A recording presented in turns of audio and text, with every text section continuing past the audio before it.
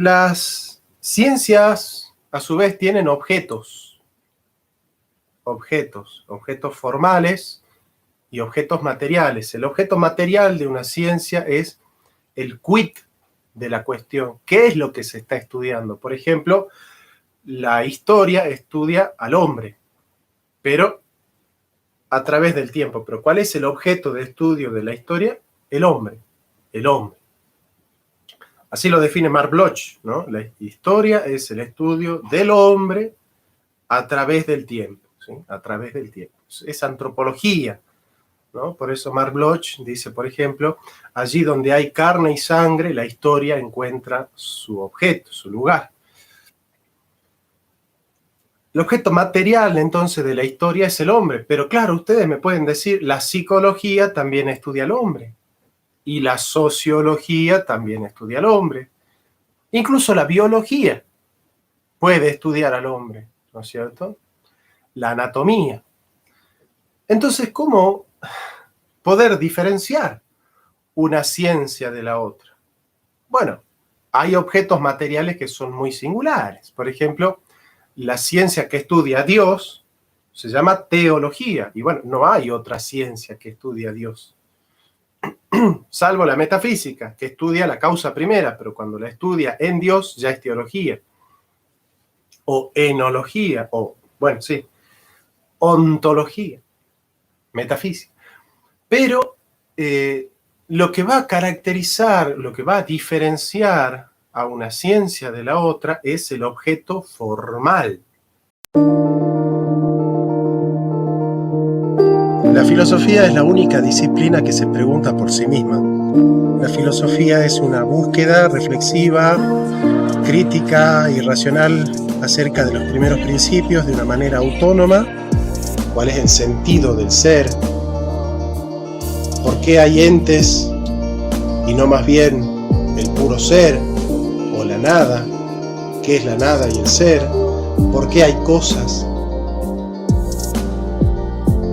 El conocimiento como medio para el conocimiento como fin. La filosofía solo busca saber la verdad en todas las esferas de la verdad. Penetrar a lo profundo, trascender a lo eterno, remontarse a lo metahistórico.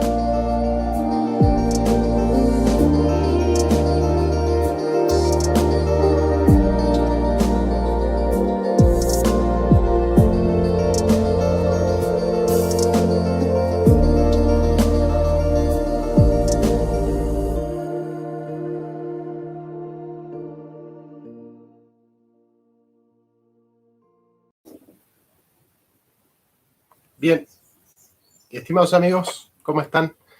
Este es un video especial a cargo de unas personas que tienen que rendir una materia y me han solicitado hacer este video con estas clases, ¿sí? Sobre epistemología. Vamos a empezar a hacer una introducción breve de la epistemología, estudiando la palabra etimológicamente. Episteme es lo contrario a la doxa. La doxa es la creencia, la opinión, el saber vulgar, y la episteme es el conocimiento científico, verificable, metodológicamente desarrollado, racionalmente, etcétera, etcétera, etcétera.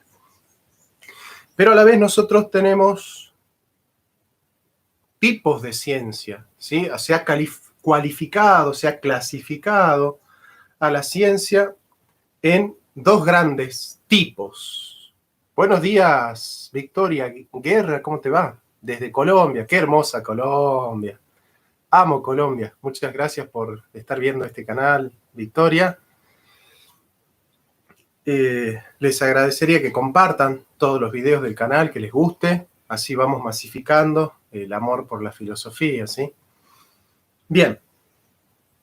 Yo decía que hay dos grandes tipos de ciencia, las ciencias fácticas y las ciencias formales. Después tenemos las ciencias filosóficas, pero bueno, ese es otro cantar ahora. Las ciencias fácticas son aquellas que estudian el factum, La palabra factum en latín significa hecho. Entonces, las ciencias fácticas son aquellas que estudian las cosas y los hechos. Y en ese sentido hay ciencias fácticas naturales, por ejemplo, la biología, la química, la física. Son ciencias fácticas naturales. Y después tenemos ciencias fácticas sociales. Y ahí están, bueno, la sociología, la ciencia política, la historia, la antropología. Dentro de las ciencias formales, nosotros tenemos aquellas ciencias que, prescindiendo de los hechos y las cosas, estudian las formas, por ejemplo, del pensamiento, las formas en las que discurre el pensamiento, esa es la lógica, y la matemática y la geometría, que estudian las formas de las cosas, ¿sí? Jonathan, ¿cómo anda mi querido amigo peruano? Hace mucho que no charlamos. Bueno, bienvenido a esta clase de epistemología. Entonces tenemos ciencias fácticas, que son naturales y sociales, y las ciencias formales, que son la lógica, la matemática, la geografía, la geometría. Claramente, las ciencias filosóficas son aquellas que estudian los primeros principios de las cosas, ¿sí? Las causas primeras de las cosas. Pero, bueno, no todos están de acuerdo en esa clasificación y en esa conceptualización de filosofía. Bueno, yo sí estoy de acuerdo. Las ciencias, a su vez, tienen objetos formales y objetos materiales. El objeto material de una ciencia es el quid de la cuestión. ¿Qué es lo que se está estudiando? Por ejemplo, la historia estudia al hombre, pero a través del tiempo. ¿Pero cuál es el objeto de estudio de la historia? El hombre. El hombre. Así lo define Marc Bloch, ¿no? La historia es el estudio del hombre a través del tiempo, ¿sí? A través del tiempo. Es antropología, ¿no? Por eso Marc Bloch dice, por ejemplo, allí donde hay carne y sangre, la historia encuentra su objeto, su lugar. El objeto material, entonces, de la historia es el hombre. Pero claro, ustedes me pueden decir, la psicología también estudia al hombre. Y la sociología también estudia al hombre. Incluso la biología puede estudiar al hombre, ¿no es cierto? La anatomía. Entonces, ¿cómo poder diferenciar una ciencia de la otra? Bueno, hay objetos materiales que son muy singulares. Por ejemplo, la ciencia que estudia a Dios se llama teología. Y bueno, no hay otra ciencia que estudie a Dios. Salvo la metafísica, que estudia la causa primera, pero cuando la estudia en Dios ya es teología. O enología, o, bueno, sí, ontología, metafísica. Pero lo que va a caracterizar, lo que va a diferenciar a una ciencia de la otra es el objeto formal. Es decir, de qué forma, de qué manera nosotros vamos a abordar esa temática. En particular, por ejemplo, la historia estudia al hombre, correcto, ese es el objeto material. Pero ¿cómo lo va a estudiar? A través del tiempo. Esa es la diferencia específica de la historia con respecto a la antropología, a la sociología o a la ciencia política. ¿Qué va a estudiar la ciencia política? Al hombre en sociedad, en relación con el poder y la organización de la polis. Perfecto. Eso es característico del estudio del hombre de la ciencia política. La sociología estudia al hombre en sociedad, en sus relaciones sociales. La psicología estudia del hombre su personalidad, su comportamiento, su conducta, sus principios psíquicos, sus motores anímicos. Bueno, eso es propio de la psicología, ese es el objeto formal. Bien, o sea, y acá tenemos el objeto formal quo, es decir, ¿qué del hombre se va a estudiar? su historia, el objeto formal quo de la historia es la historia del hombre, es el proceso histórico del hombre en sociedad. El de la psicología es estudiar al hombre científicamente, a través de sus fenómenos, de su conducta, de su comportamiento.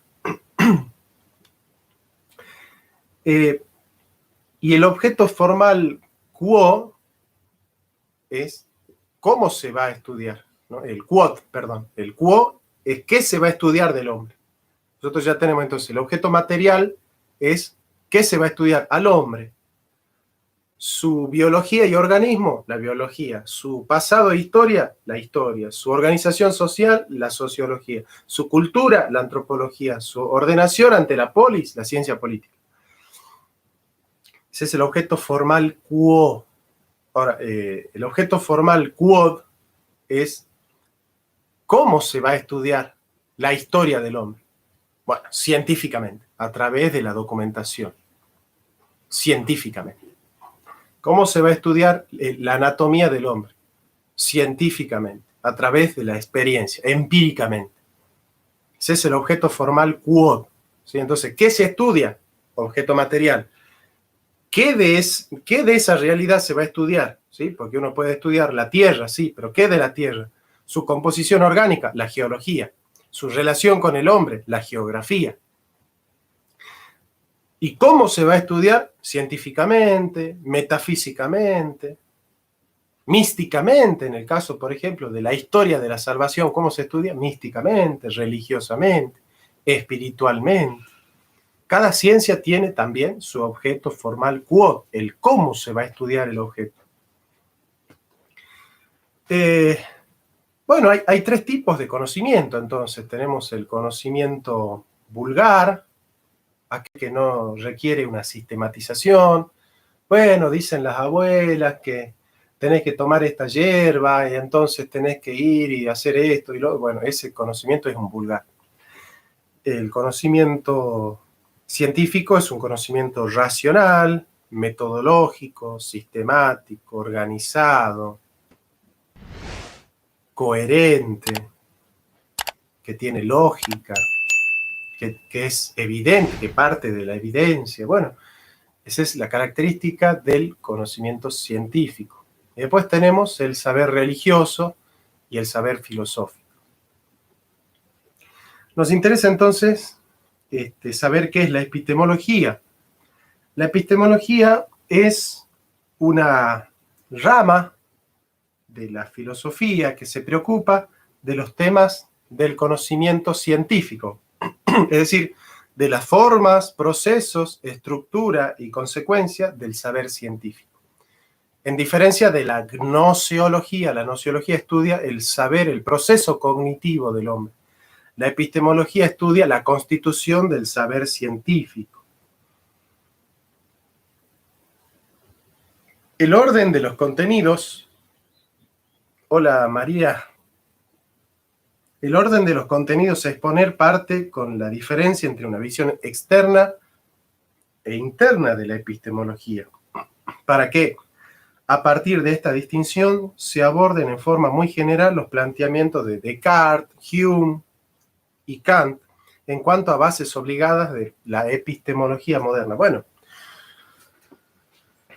no sé si son bases obligadas. De la epistemología moderna, sí, pero no de la epistemología sin más, ¿no? Aunque sí, digamos que casi toda la epistemología moderna depende de Descartes, de Hume y de Kant. Por lo dicho, una manera de abordar nuestro objetivo es diferenciar dos tipos de aproximaciones a la epistemología, que denominaremos externa e interna.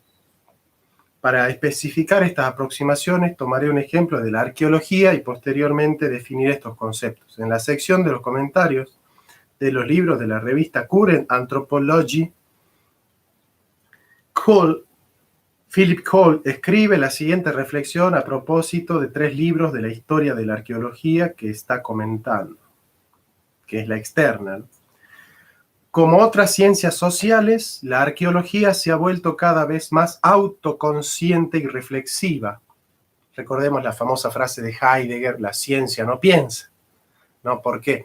Porque cuando la matemática piensa qué es la matemática, ya no está haciendo matemática. El objeto de la matemática no es la matemática. Entonces, filosofía. Cuando la historia piensa qué es la historia, ya no está haciendo historia, porque el objeto de la historia no es la historia, sino los hechos. Entonces, hola Juan, entonces cuando la historia se pregunta qué es la historia, ya es filosofía de la historia. Cuando la ciencia se pregunta qué es la ciencia, está haciendo filosofía de la ciencia. La única ciencia que puede preguntarse quién es dentro de su propia dinámica es la filosofía. La pregunta ¿qué es filosofía? Es una pregunta filosófica o metafilosófica, digamos. Las historias recientes de la arqueología analizan los desarrollos dentro de la disciplina en términos del contexto social y político más amplio en que ellos tienen lugar. Las recientes biografías de los arqueólogos a menudo se centran en cómo los académicos han manipulado sus descubrimientos del pasado para propósitos políticos contemporáneos, ¿no? Se va a historiar una agenda ideológica, eso lo hacen muchos ideólogos que se llaman historiadores. Pero bueno, por favor no piensen en Felipe Piña ni en ninguno de ellos. ¿Es la teoría del conocimiento del bachillerato internacional lo mismo que epistemología y filosofía? Bueno, mira, la verdad que no conozco en fondo cómo se da en todas las escuelas teoría del conocimiento, pero teoría del conocimiento es más nociología. La epistemología es cómo se produce, cómo se constituye, ¿no? En el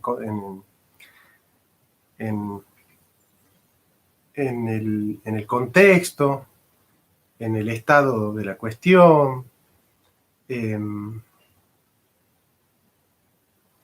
cómo se va configurando la forma, la estructura del saber científico, ¿no? Yo creo que va más por ese lado. Es decir, la nociología estudia el conocimiento en el hombre, la epistemología estudia el conocimiento en la ciencia, en el corpus científico, ¿no?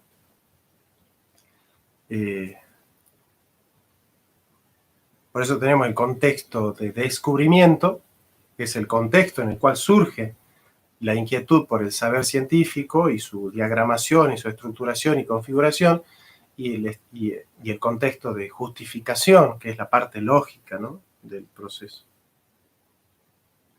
La manera en que el Estado apoya y estructura la investigación arqueológica ha sido explorada en diferentes ambientes nacionales y los arqueólogos crecientemente están preocupados por la exhibición de materiales arqueológicos en los museos y cómo los museos explícitamente e implícitamente presentan imágenes de nuestra propia cultura o identidad étnica nacional, tanto como de las otras culturas. En la misma revista, pero de la sección de Crítica de la Arqueología, David Beach define lo que se entiende por arqueología cognitiva, que es la epistemología interna. La arqueología cognitiva es el estudio de la ideología prehistórica. Esto quiere decir los ideales, valores y creencias que constituyen la visión del mundo de una sociedad. Es más, está más ligada a la antropología, ¿no? Los arqueólogos cognitivos usan los principios de la antropología sociocultural para investigar cosas tan diversas como símbolos materiales, el uso del espacio, el poder político y religioso. Además, para propósitos analíticos, los significantes físicos y los principios subyacentes de este código espacial se pueden decir que constituyen el espacio expresivo de la sociedad. O sea, la epistemología externa está basada en el contexto de descubrimiento y la epistemología interna en el contexto de justificación. En el contexto de descubrimiento es, bueno, ¿qué clase de ideología tiene el científico que está analizando el cambio climático, por ejemplo? El científico, por ejemplo, pro-neoliberal va a decir que las grandes empresas y las grandes fábricas no generan contaminación. En cambio, un científico de izquierda va a decir, no, que en realidad esas grandes empresas capitalistas generan contaminación ambiental. Bueno, y ahí surge la ideología del científico, ¿no? La epistemología externa está centrada en el contexto de descubrimiento. Guillermo Omar nos dice, hola Jonathan, ¿la epistemología puede estar ligada de alguna manera al positivismo o al empirismo? Sí, puede estar ligada al positivismo o al empirismo, pero no necesariamente. Yo, por ejemplo, he desarrollado una epistemología tomista que no tiene nada que ver con el neocantismo, ni con el positivismo, ni con el psicologismo, ¿sí? La reflexión de Cole es motivo de preocupación de una epistemología externa y la de Beach de una epistemología interna, por la visión externa de la epistemología en consideración del contexto social y cultural en la actividad reflexiva acerca del conocimiento.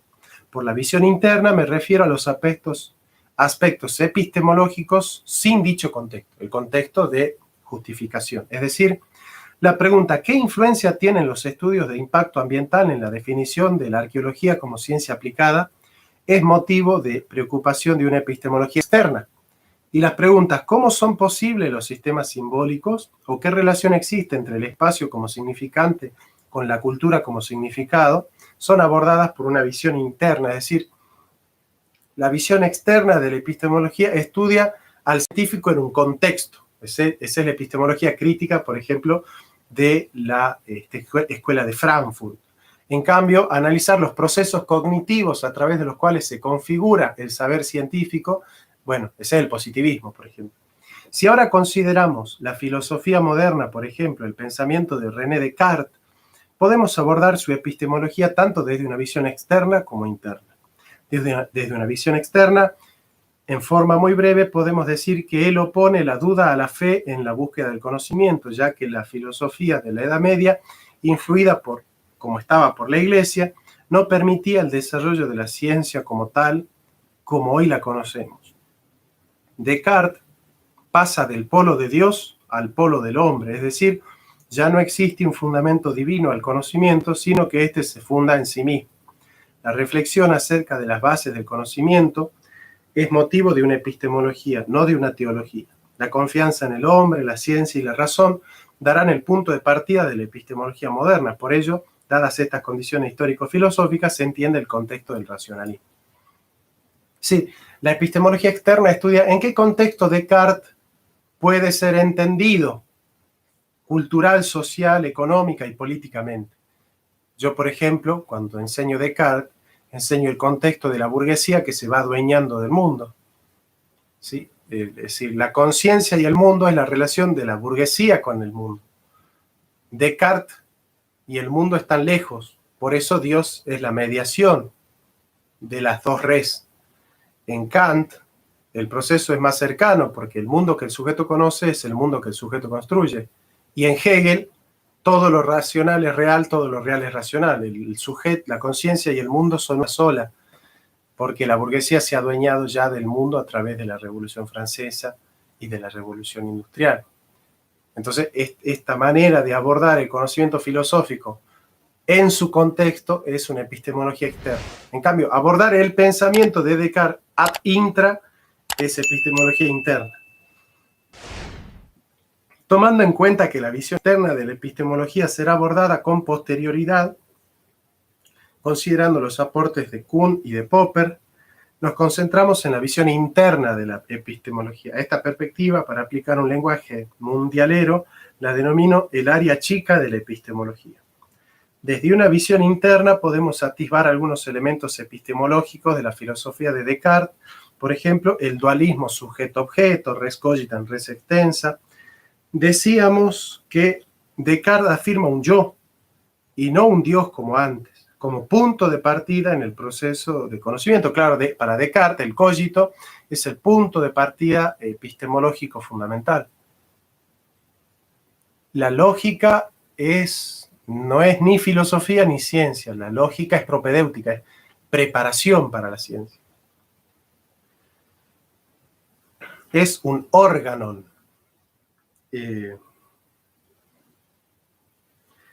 Este yo de Descartes tiene la característica de la inmaterialidad. Es solo alma, como dirá en las meditaciones metafísicas, ¿no? Mente, conciencia pura y como tal, distinto de toda corporalidad. El cuerpo es mi res extensa, mi yo externo, dice, ¿no? De ahí que exista la conciencia por un lado y la materia por otro, sujeto y objeto. Pero ¿cuáles son las razones que llevan a Descartes a su afirmación?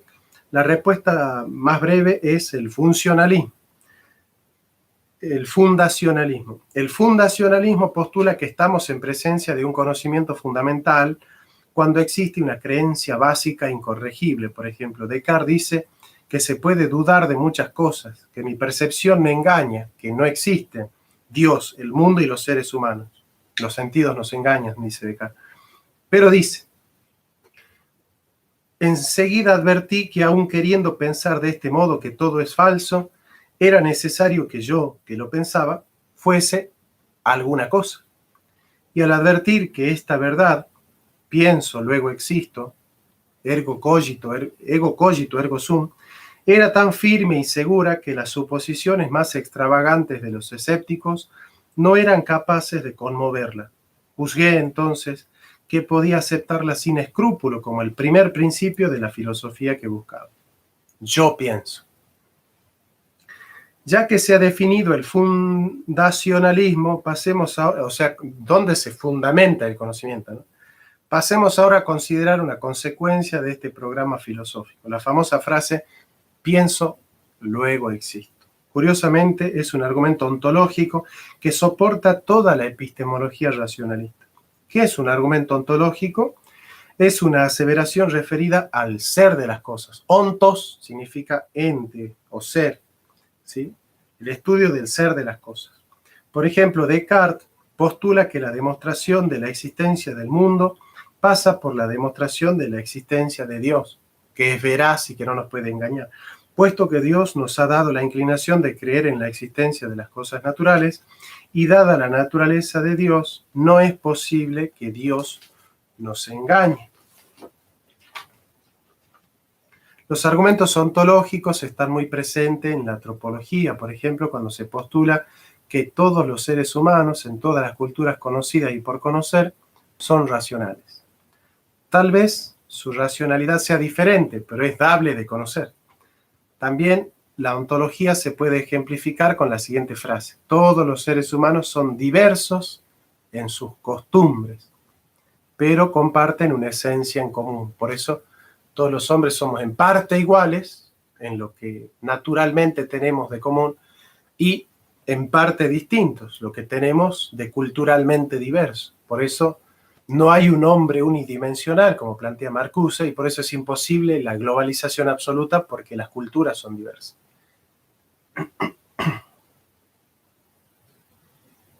Hola Santiago, ¿cómo te va? Santiago Giraldo, vos no sos el que hace los videos, libertarios, de liberalismo, conservadores, porque yo te sigo mucho y me gusta mucho tu canal, hermano. Jonathan, ¿será posible que las ciencias sociales puedan desprenderse de las ideologías de sus autores? Bueno, es muy difícil, pero es posible la objetividad. Por ejemplo, yo que soy peronista, cuestiono mucho al peronismo. De hecho, a mí mis compañeros me dicen que nadie es más duro, que ningún gorila es tan duro con Perón que yo. Y eso tiene que ver con que el científico que conoce la verdad, la conoce porque ama la verdad, por encima de todo. Por encima de todo, o sea, el científico no ama más al peronismo que a la verdad. El científico no ama más al capitalismo que a la verdad. El verdadero filósofo no ama más a su iglesia que a la verdad. Por eso, y eso lo grafica muy bien Aristóteles cuando dice amicus Plato, sed magis amicas veritas. Amo a Platón, pero amo mucho más a la verdad, dice Aristóteles.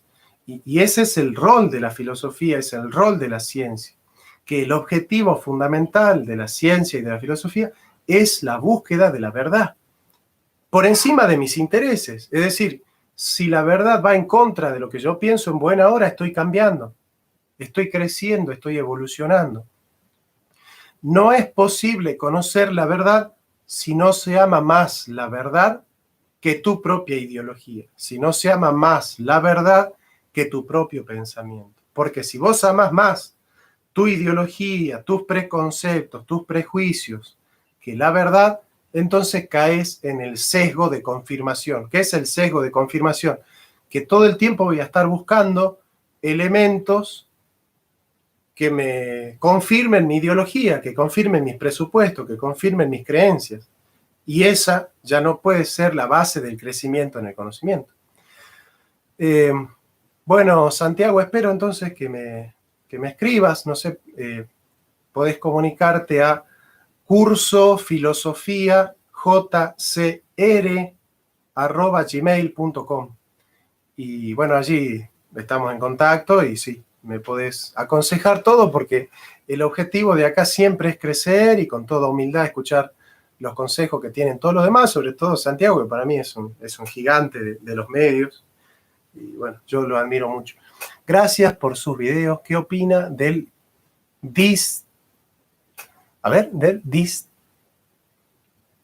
distributismo? Un abrazo. Bueno, José, acá me permitís decir una frase que me encanta decir, no lo sé, no sé qué es el distributismo. Conjeturaría que tiene que ver con una postura económica o sociopolítica. Si es así, yo tengo una respuesta, pero no me parece adecuado entrar en ese tema cuando estamos en otro tema. Si querés, me escribís en otra oportunidad y hago un video específico sobre esa temática.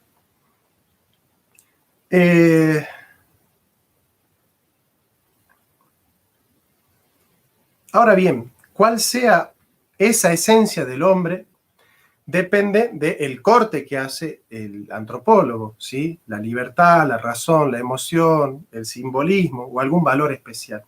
Esto quiere decir que las reflexiones epistemológicas muchas veces tienen a la base una ontología, una idea del ser, una comprensión del ser. Por eso es imposible hacer una ciencia autónoma si no se tiene una metafísica. Esto lo dice Heidegger muy bien y estoy de acuerdo, porque cuando uno hace historia está usando el concepto de hombre, de ser, de tiempo, de movimiento, de pasado, de ente, de método. Y bueno, si uno no tiene la capacidad de descubrir, de profundizar, de comparar y de discernir los conceptos metafísicos fundamentales, ser, ente, libertad, tiempo, historia, movimiento, devenir, es muy difícil hacer una ciencia autónoma montado en los descubrimientos metafísicos de otro, digamos, ¿no? Eso es, en filosofía, eso es clave, tener autonomía en la metafísica. Nadie es buen filósofo si no es un buen metafísico.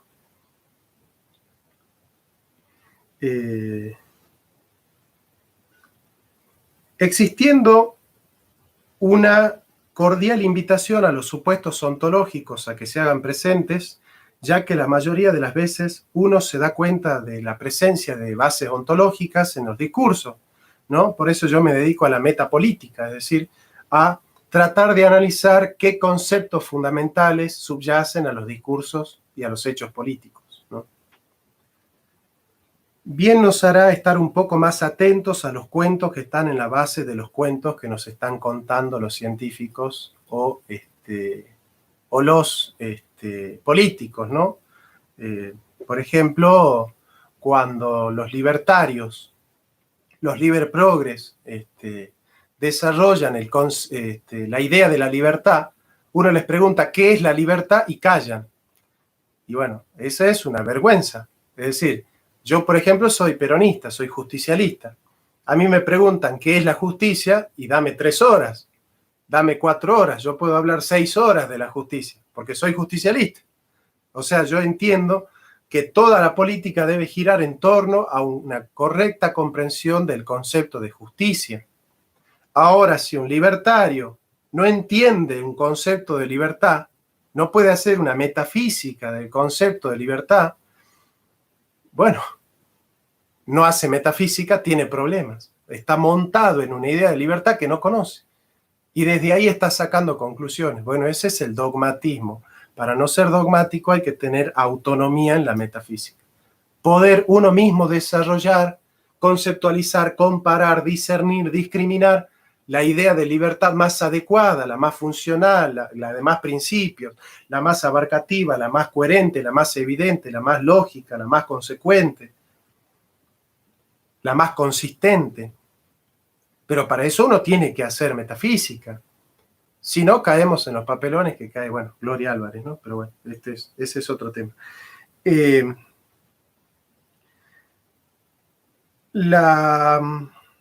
Abordaremos otro pensador importante para introducir la epistemología, que es un inglés, que es padre del empirismo inglés, llamado David Hume, H-U-M-E. David Hume, que nació en 1711 y murió en 1776. Rápidamente nos salta a nuestra memoria la palabra empirismo, de empiria. ¿Qué postula el empirismo? Si nos preguntamos cómo adquirimos conocimiento empírico, podemos pensar en la siguiente respuesta dada por Hume. Primero, tenemos algo que ocurre en el mundo, como yo le decía, un factum, un hecho. Luego, ese algo impacta a nuestros sentidos, a nuestra retina, ¿sí? Hay un suceso que impacta a nuestro conocimiento sensible. Tercero, tenemos una cosa mental que ocurre como impacto, como resultado de ese impacto, y que denominamos contemplación, observación, y posteriormente otras cosas mentales como inferencia de las observaciones, es decir, lo que Locke va a llamar ideas simples e ideas compuestas. La idea simple es, por ejemplo, vamos a decir así, aplauso, sonido, aplauso, sonido. Idea simple, aplauso, idea simple. Sonido, idea simple. El aplauso genera sonido, es una idea compuesta, ¿se entiende? O sea, voy asociando, pero ¿qué es lo que tiene que pasar para que yo entienda la idea de aplauso y de sonido? Se tiene que dar el sonido del aplauso y el aplauso que causa el sonido. Entonces, a partir de lo que se va a llamar después de Locke el asociacionismo, nosotros vamos construyendo enunciados a partir de ideas simples que se disparan a través de nuestra experiencia con los sentidos. Por eso se llama empirismo, porque no es posible el conocimiento sino de algo que parte de la experiencia. ¿Cuál es la diferencia entre el empirismo y el realismo? Que el empirismo dice que solo se puede conocer aquello que está dado en la experiencia en los límites de la experiencia. Quiere decir que nunca podemos deducir de la experiencia aspectos que están dados en la experiencia, pero como principios de algo metafísico. No se puede, por ejemplo, hablar de fenómenos que los podemos deducir de la experiencia, pero que no están dados evidentemente en la experiencia. Por ejemplo, el ser, Dios, la libertad, el yo, el alma, el mundo, son entidades que no están dadas en la experiencia. Kant, por ejemplo, dice, yo tengo experiencia de los fenómenos físicos. Yo tengo experiencia de los fenómenos físicos, pero no tengo experiencia de la totalidad de los fenómenos físicos de todo el universo que llamamos mundo o universo. El mundo es la totalidad de los fenómenos físicos, es la sustancialidad orgánica que integra todos los fenómenos físicos. Bueno, yo no tengo experiencia del mundo. Hacer metafísica en base a la idea de mundo, dice Kant, es la antinomia de la razón, en la dialéctica trascendental de la crítica de la razón pura. Ahora, yo tengo experiencia de mis fenómenos psíquicos. Yo sé que quiero, sé que amo, sé que hablo, sé que pienso, sé que deseo, sé que anhelo, sé que sueño. Ahora, yo no tengo experiencia de esa sustancia que articula entitativamente todos mis fenómenos psíquicos. ¿Cómo se llama esa sustancia que unifican mis fenómenos psíquicos? El alma. Dice Kant, yo tengo experiencia de los fenómenos psíquicos, pero no tengo experiencia de la totalidad de los fenómenos psíquicos que se llama alma. Entonces, hacer filosofía partiendo del concepto de alma, como Descartes, por ejemplo, el ego cogito ergo sum, el ego es el alma, el yo pienso, mente pura, conciencia. Dice Kant, hacer una metafísica sostenida bajo el concepto de alma o de mundo es un error procedimental de la metafísica. Entonces, el concepto de alma me genera a mí el paralogismo de la razón. que es una manera incorrecta de proceder. Esta es la dialéctica trascendental de la crítica de la razón pura. Recordemos que en la crítica de la razón pura tenemos estética trascendental, analítica trascendental y dialéctica trascendental. Ahora, si yo parto, como Descartes, que dice que Dios es la garantía de la articulación o de la asociación entre el pienso y el mundo, es como la garantía en Descartes.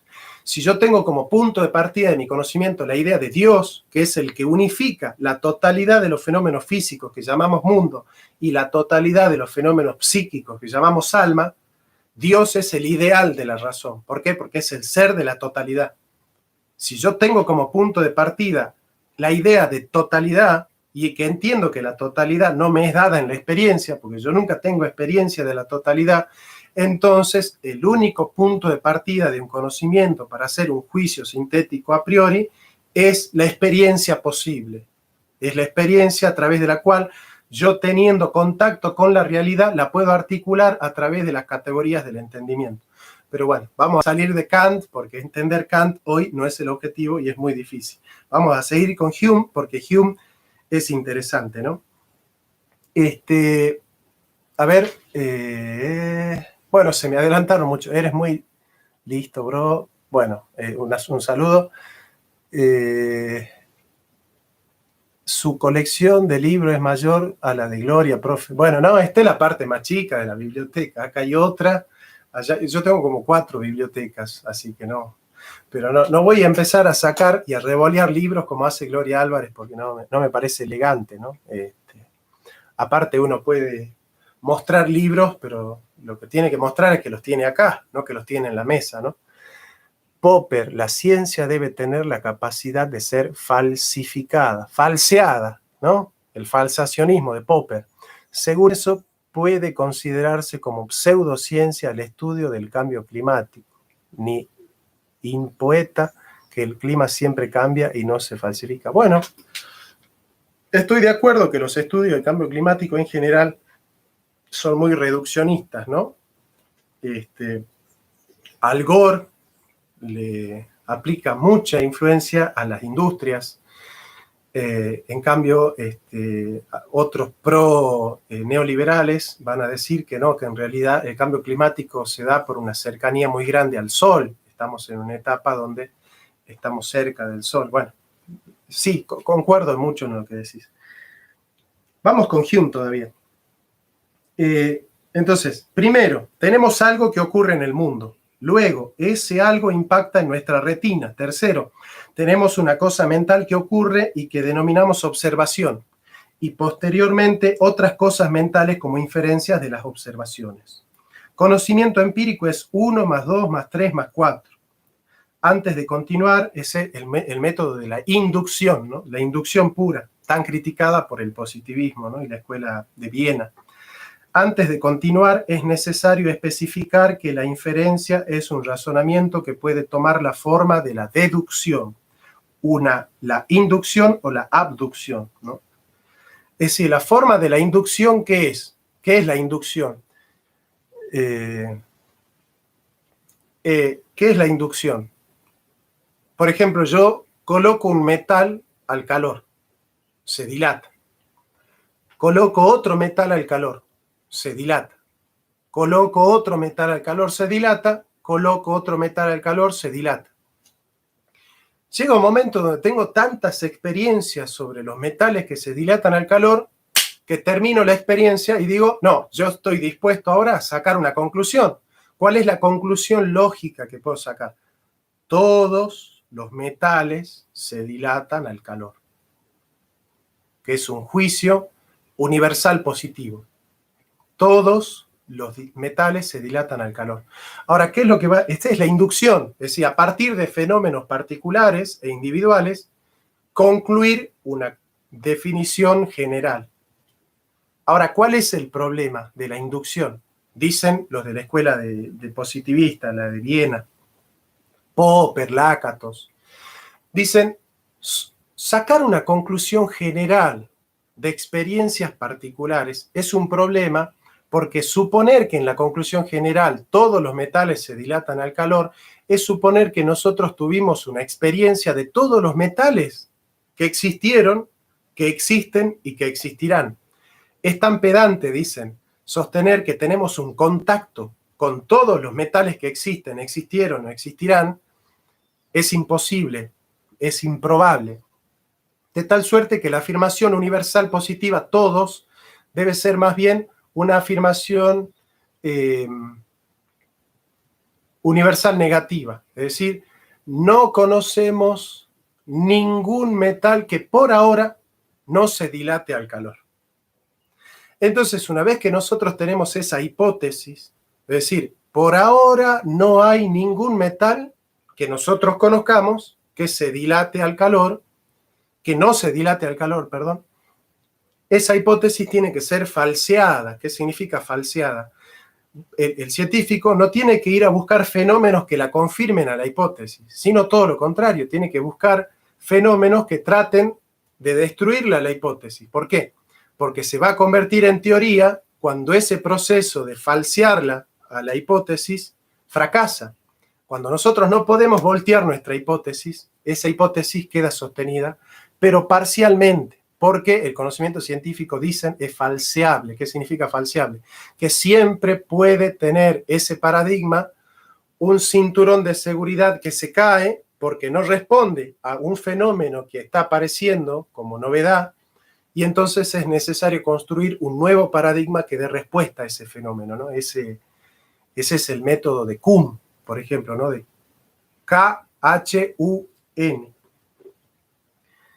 Bien,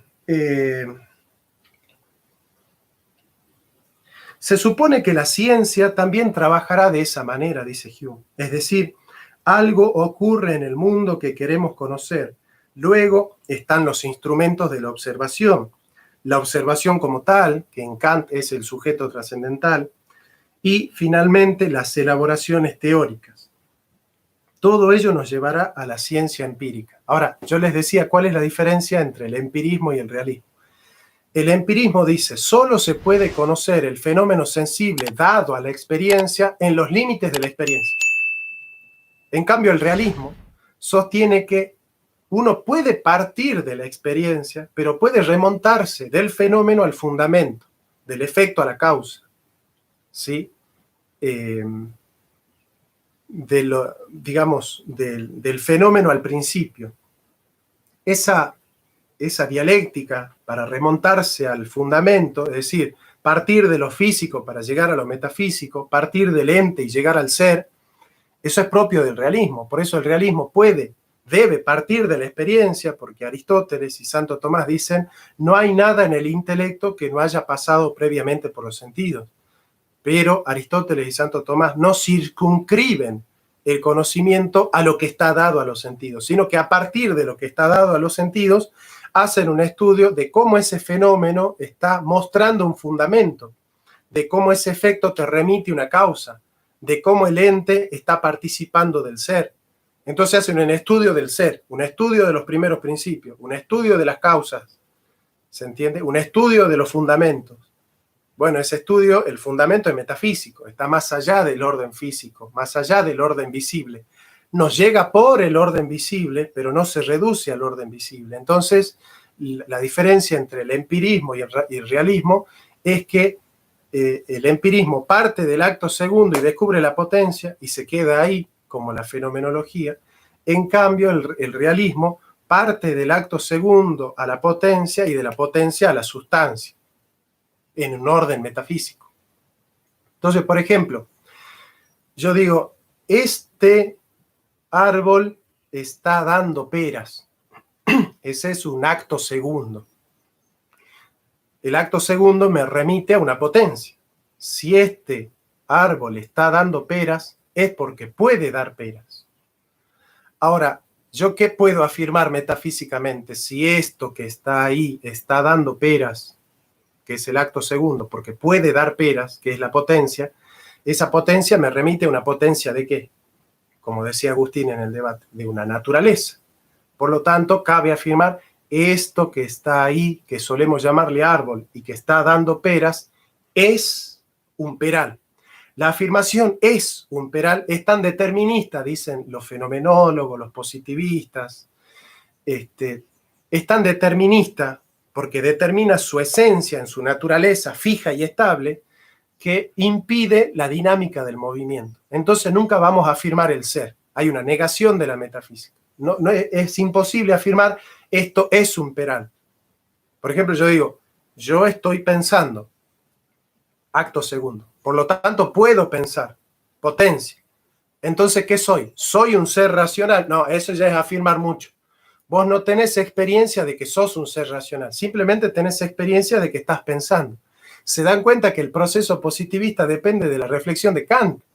Kant dice, vos tenés experiencia del fenómeno psíquico del pensamiento, pero no tenés experiencia del alma. ¿Por qué? Porque mi racionalidad depende de la forma sustancial que está informando mi materia, que es el alma, porque el alma le es al cuerpo lo que la forma a la materia. Pero la forma no es física. Por lo tanto, la forma del alma, que es racional, se muestra a través del acto racional. Es decir, la naturaleza se muestra a través del acto segundo.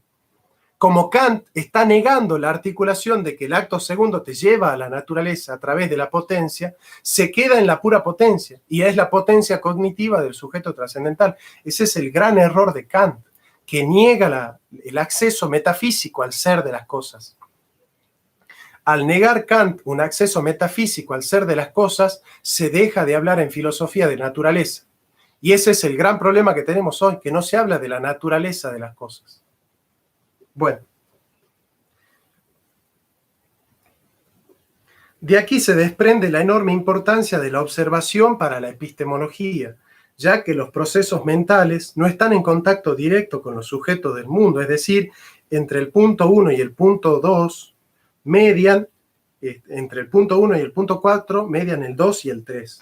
Si bien el punto 3 podría ya considerarse un proceso ocurrido en el sujeto, y por ello dentro de los procesos mentales que él desarrolla, del mismo modo, el punto 2 se puede considerar como parte del sujeto 0, o, para decirlo de otra manera, no es parte del mundo. Es decir, el concepto de causalidad para Hume es metafísico.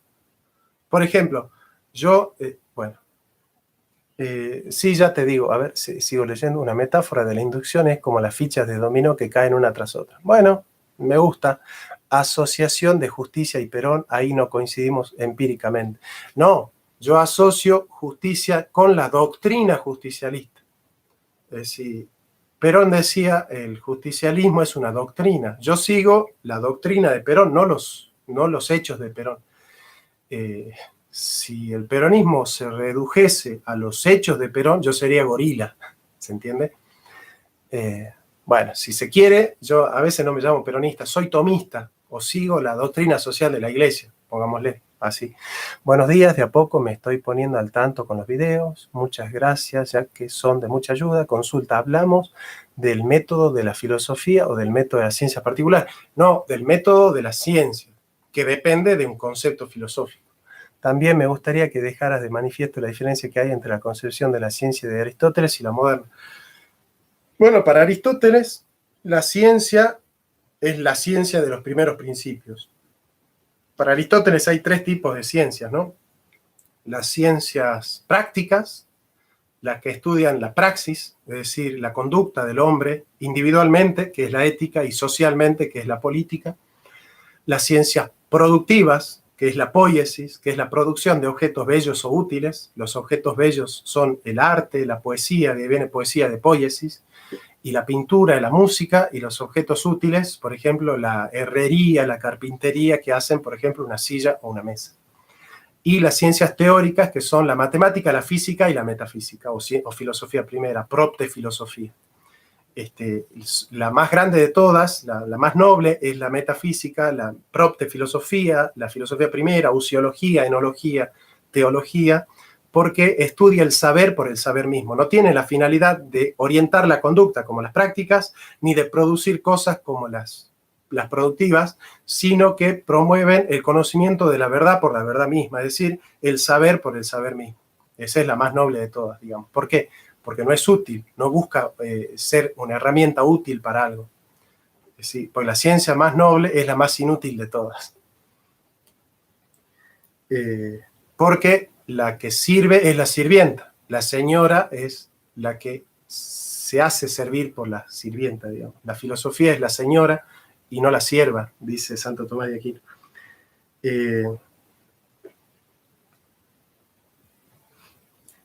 Entonces el concepto de causalidad de Hume es metafísico. Yo, por ejemplo, pongo mi cuchillo en la panza de mi amigo y lo saco al cuchillo y después mi amigo se muere. Entonces Hume diría, el nexo causal que dice que tu amigo se murió porque vos metiste el cuchillo en su panza es metafísico, es improbable. Lo único que podemos saber es que antes de que tu amigo se haya muerto, estaba el cuchillo que vos metiste en la panza. Es decir, lo único que podemos probar es la sucesión de hechos, pero no la causalidad de hechos, ¿sí? Por ejemplo, esta lapicera se cayó porque yo la solté. Hume dice, no, antes de que se haya caído vos la tenías en la mano y la soltaste. Es decir, hay un proceso de anterior y posterior, pero no de causalidad. El concepto de causalidad es puesto por el sujeto, es ya metafísico, no está dado en la experiencia, dice Hume, ¿no? Hermann Hesse, Teoría del Conocimiento, claro, es un clásico. Muy bien, también me gustaría que dejaras de manifiesto. Perfecto, bueno, sigamos.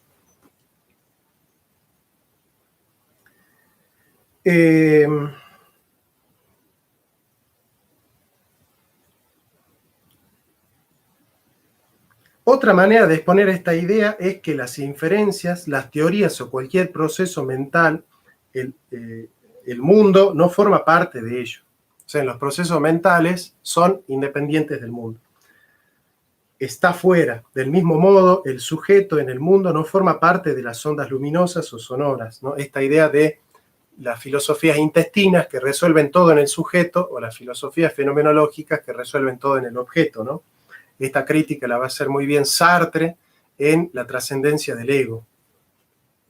Todo lo anterior no niega la interacción entre el sujeto y el mundo, antes bien establece una diferencia entre cosas que ocurren en el mundo y cosas que ocurren en el sujeto, donde el punto de contacto es la observación. Dos consecuencias importantes a retener en la memoria son que de esta manera el mundo modela nuestros pensamientos a su forma y que al hablar de observación estamos hablando de experiencia. Y en eso se circunscribe el conocimiento para el empirismo. Es decir, no hacen metafísica, no estudian las primeras causas, los fundamentos. Como no es el propósito de esto considerar que las dos consecuencias anteriores tienen mucho que ver con el desarrollo posterior del curso, terminamos nuestra exposición planteando brevemente algunas ideas de Kant. Kant escribió la Crítica de la razón pura en 1781, pero la versión que hoy manejamos es la segunda de 1787. Son dos versiones. La primera del 1781, que tiene la triple síntesis, que va a estudiar Heidegger en Kant und das Problem und Metaphysik, Kant y el problema de la metafísica, y la de 1787, que es la que estudia Cassirer, en el gran debate entre Heidegger y Cassirer, ¿no? Bueno, la astucia de Heidegger es que vuelve a la Crítica de la razón pura con prólogo de 1781 porque tiene la triple síntesis. Sin lugar a dudas, es uno de los libros más comentados y más difíciles de entender, pero no todo el texto es tan abstruso como parece. De hecho, el libro sobre el cual más tesis se hicieron en la historia de la filosofía es la Crítica de la razón pura de Kant. Por ejemplo, el capítulo 3 de la analítica de los principios comienza de la siguiente manera. No solo hemos recorrido el territorio del entendimiento puro, que son las categorías, y examinado cuidadosamente cada parte del mismo, sino que además hemos comprobado su extensión. Son las 3, 6, 9, las 12 categorías del entendimiento, por su cantidad, por su cualidad, por su modo y por su relación, 3 cada una. Tengo una clase de Kant grabada acá en mi canal, así que cuando quieren pueden ver, hay 2 horas de una clase de Kant. Y señalado la posición de cada cosa. Ese territorio es una por la misma naturaleza entre los límites invariables. Es el territorio de verdad, la verdad inmanente del sujeto trascendental, ¿no? Ahí ya está el giro a la inmanencia que empezó con Guillermo de Ockham Es el territorio de la verdad, un nombre atractivo y está rodeado por un océano ancho y borrascoso, verdadera patria de la ilusión, donde algunas nieblas y algunos hielos que se deshacen prontamente producen la apariencia de nuevas tierras y engañan una y otra vez con vanas esperanzas al navegante ansioso de descubrimientos. Es decir, cuando uno hace filosofía solo con las categorías del entendimiento y los ideales de la razón, se extravía la razón, porque la razón solamente produce conocimiento científico cuando las categorías del entendimiento se aplican a la experiencia. Se vuelve la experiencia posible, ¿no? Llevándolo a aventuras que nunca es capaz de abandonar, pero que tampoco puede concluir jamás, porque la metafísica es imposible como conocimiento, pero es irrenunciable como inquietud humana, dice Kant. Antes de aventurarnos a ese mar para explorarlo en detalle y asegurarnos de que podemos esperar algo, será conveniente echar antes un vistazo al mapa del territorio que queremos abandonar e indagar primero si no podríamos concentrarnos con lo que contiene, o bien si no tendremos que hacerlo por no encontrar tierra en la que establecer, es decir, en la experiencia posible. Además, ¿con qué títulos poseemos nosotros este mismo territorio? Podemos sentirnos seguros frente a cualquier pretensión enemiga. Aunque ya hemos dado cumplida respuesta a estas cuestiones en el curso de la analítica, es posible que un breve balance de sus soluciones refuerce su aceptación al unificar los diversos aspectos en un solo punto, la experiencia posible. Por lo tanto, Kant no es tan difícil de entender como parece, y por lo demás, la metáfora del conocimiento es muy bella. Sigamos la metáfora. Kant realiza una distinción entre las cosas que podemos conocer de aquellas cosas que no podemos conocer. El fenómeno, las cosas que se muestran a la vista, de ahí viene fenómeno de fai, de mostrarse, fainómeno. La palabra fos viene luz, de ahí viene la palabra fósforo, luz, mostrarse. Los fenómenos son las cosas que se muestran. El noúmeno son las cosas que no se muestran. La cosa en sí misma nunca se muestra. A las primeras, Kant las denomina fenómenos, a la segunda, noúmenos. Los fenómenos son motivo de preocupación de una epistemología, pero de los noúmenos no podemos hacer teoría de conocimiento. Los fenómenos forman la isla, los noúmenos el mar. El objetivo de Kant es hacer un mapa del territorio de la isla, es decir, señalar cuáles son las características del conocimiento humano. Como dice Kant, llamo a priori, llamo trascendental al conocimiento, no de las cosas, sino de nuestra forma de conocerlas de manera a priori. También me gustaría que dejaras de manifiesto la diferencia entre...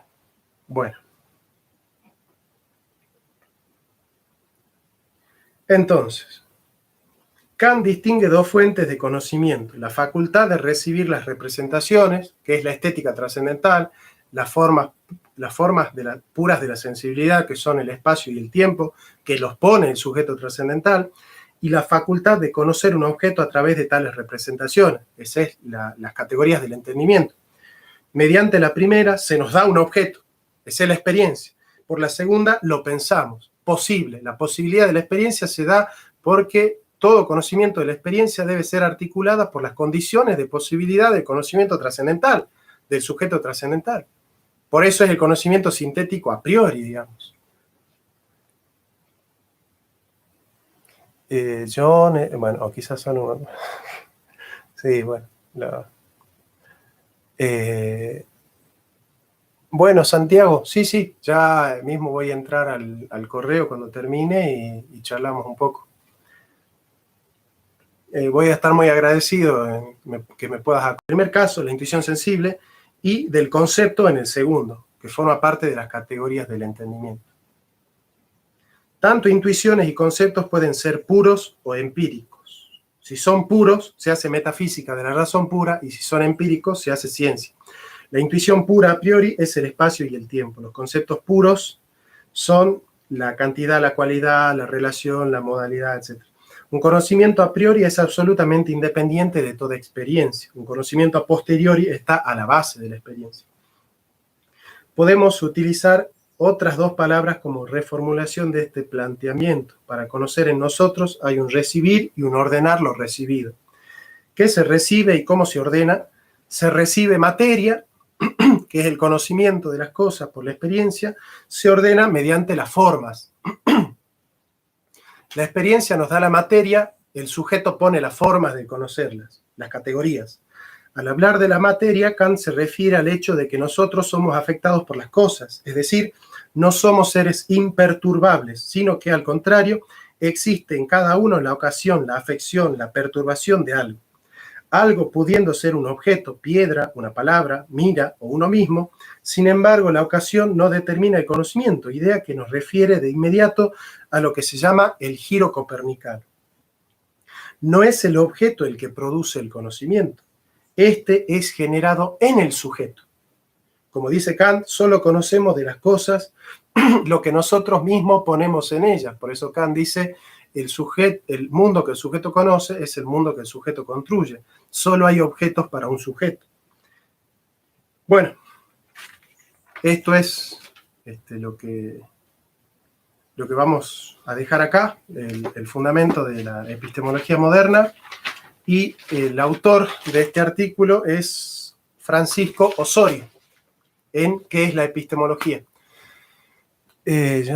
Bueno, gente, siempre hago videos más o menos de 1 hora, a veces cuando el tema es muy importante hacemos 2 horas, así que bueno, les sugiero que se inscriban, que vean los otros videos de filosofía y que se inscriban en el curso de filosofía que estoy dando sobre historia de la filosofía. El martes que viene empezamos con Freud, así que ya pasamos a Nietzsche, Freud, viene Heidegger, ¿eh? Así que por favor, escriben a cursofilosofia@gmail.com, hacer el curso de filosofía. Se viene un curso de cristianismo y filosofía, literatura argentina y realidad política, realismo político, Arturo Sampay, el autor de la Constitución del 49. Vamos, que para hacer filosofía hay mucho, y en Hispanoamérica lo que necesitamos es gente que piensa. Les mando un abrazo.